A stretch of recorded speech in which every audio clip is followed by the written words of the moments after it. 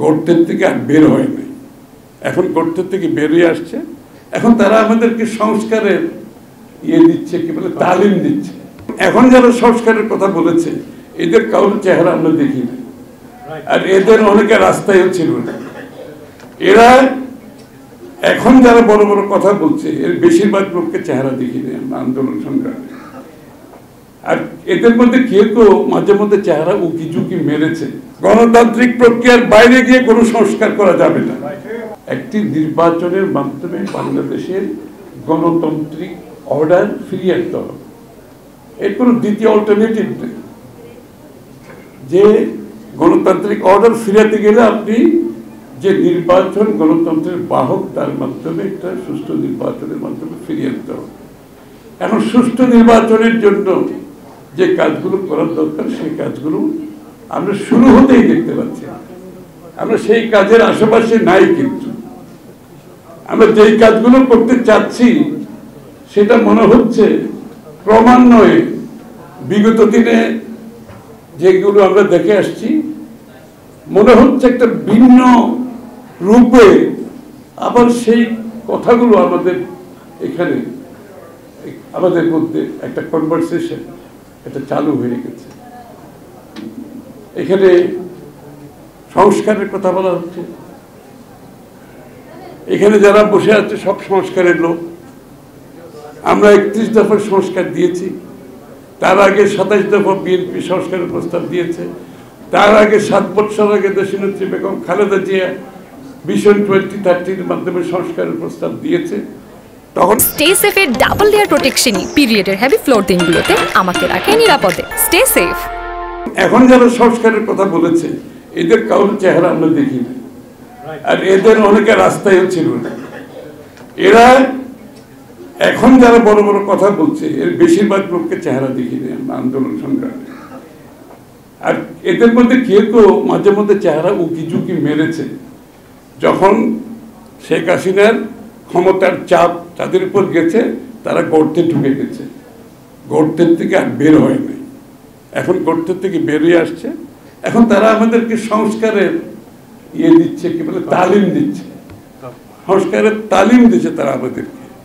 আরে শেখ হাসিনা যাওয়ার আগে তো বাংলাদেশ, শেখ হাসিনা পরবর্তী বাংলাদেশ কি হবে এটাকে তো মাথায় রেখে আমরা সংস্কার প্রস্তাব দিয়েছি। হাসিনা পরবর্তী কিভাবে বাংলাদেশ চলবে, নতুন বাংলাদেশ আমরা গড়ব, এটাকে মাথায় রেখে আমরা সংস্কার দিয়েছি। আমরা নতুন করে শেখ হাসিনা যাওয়ার পরে সংস্কারের কথা বলছিলাম তো, আমরা সবাই মিলে এই সংস্কারগুলো আমরা করেছি। 27 দফা বিএনপির ছিল, আমরা যখন যুগপথে আমরা ঐক্যবদ্ধ হয়েছি তখন ওনাদের মতামতের পরিপ্রেক্ষিতে এটা 31 দফায় নিয়ে যাওয়া হয়েছে। এবং 31 দফার সংস্কার বাস্তবায়নের জন্য আমরা যে আগামী নির্বাচন পরবর্তী জাতীয় সরকার গঠন করে 31 দফা বাস্তবায়ন করব, সেই কথাও বাংলাদেশের মানুষের সামনে তুলে ধরা হয়েছে। এবং সবচেয়ে বড় কথা হচ্ছে 31 দফা নিয়ে আমরা গ্রামে গঞ্জে যাচ্ছি, শহরে শহরে যাচ্ছি, লোকজনের কাছে তুলে ধরছে 31 দফা।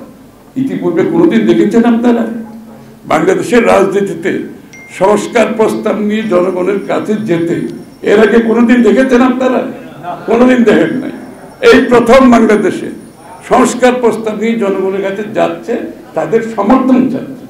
কারণ দিনের শেষে আপনি যত সংস্কারের কথা বলবেন, দিনের শেষে সংস্কার হতে হবে গণতান্ত্রিক প্রক্রিয়ার মাধ্যমে। গণতান্ত্রিক প্রক্রিয়ার বাইরে গিয়ে কোনো সংস্কার করা যাবে না। এখানে কাউকে নতুন মালিকানা আমরা দিই নাই, বাংলাদেশের মানুষের মালিকানা অন্য কাউকে মালিকানা দিই নাই যারা আগামী বাংলাদেশের সংস্কার করবে।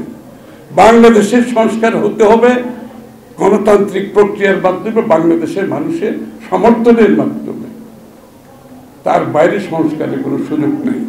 ইতিমধ্যে আমরা পরিষ্কারভাবে বলেছি, বিভিন্ন বক্তারা বলেছেন, পরিষ্কারভাবে বলেছি, যেই সমস্ত সংস্কারের জাতীয় ঐক্যমত হবে সেগুলোর জন্য আমরা প্রস্তুত। দেরি কেন? আমরা কেন জানতে পারছি না কোথায় ঐক্যমত হয়েছে? সবাই তো প্রস্তাব দিয়ে বসে আছে, সব রাজনৈতিক দল সংস্কারের প্রস্তাব দিয়েছে, তা আমরা তো অপেক্ষা করছি ঐক্যমত কোথায় হবে। ওনারাও বলছেন ঐক্যমতের পরিপ্রেক্ষিতে হবে, আমরাও বলছি ঐক্যমতের পরিপ্রেক্ষিতে হবে। তাহলে ঐক্যমতটা কোথায় আমরা জানতে পারছি না কেন? আমরা তো সবাই আমাদের প্রস্তাব দিয়েছি ওখানে, ওইটা বলতে দ্বিধা কোথায়? ওইটা না বলে খালি সংস্কার ছাড়া নির্বাচন হবে না, আরে সংস্কারের তো প্রস্তাব দেওয়াই আছে, আরে বলুন না কোথায় ঐক্যমত হয়েছে।